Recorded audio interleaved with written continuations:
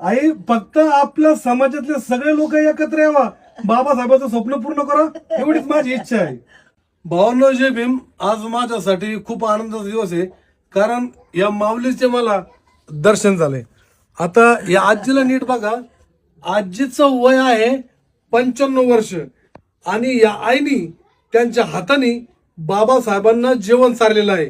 तर आईच्या घरामध्ये देवारा आहे, पण देवाऱ्यामध्ये फक्त बाबासाहेब आहे.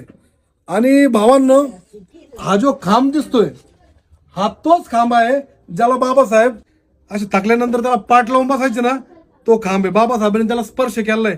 आता मी त्याला स्पर्श नाही करू शकत कारण आपली तेवढी लायकी नाही, पण कमीत कमी त्या आईच्या तर आपण पायाला हात लावू शकतो ना, ज्या आईनी आपल्या बापाला जेवण चारलं होतं.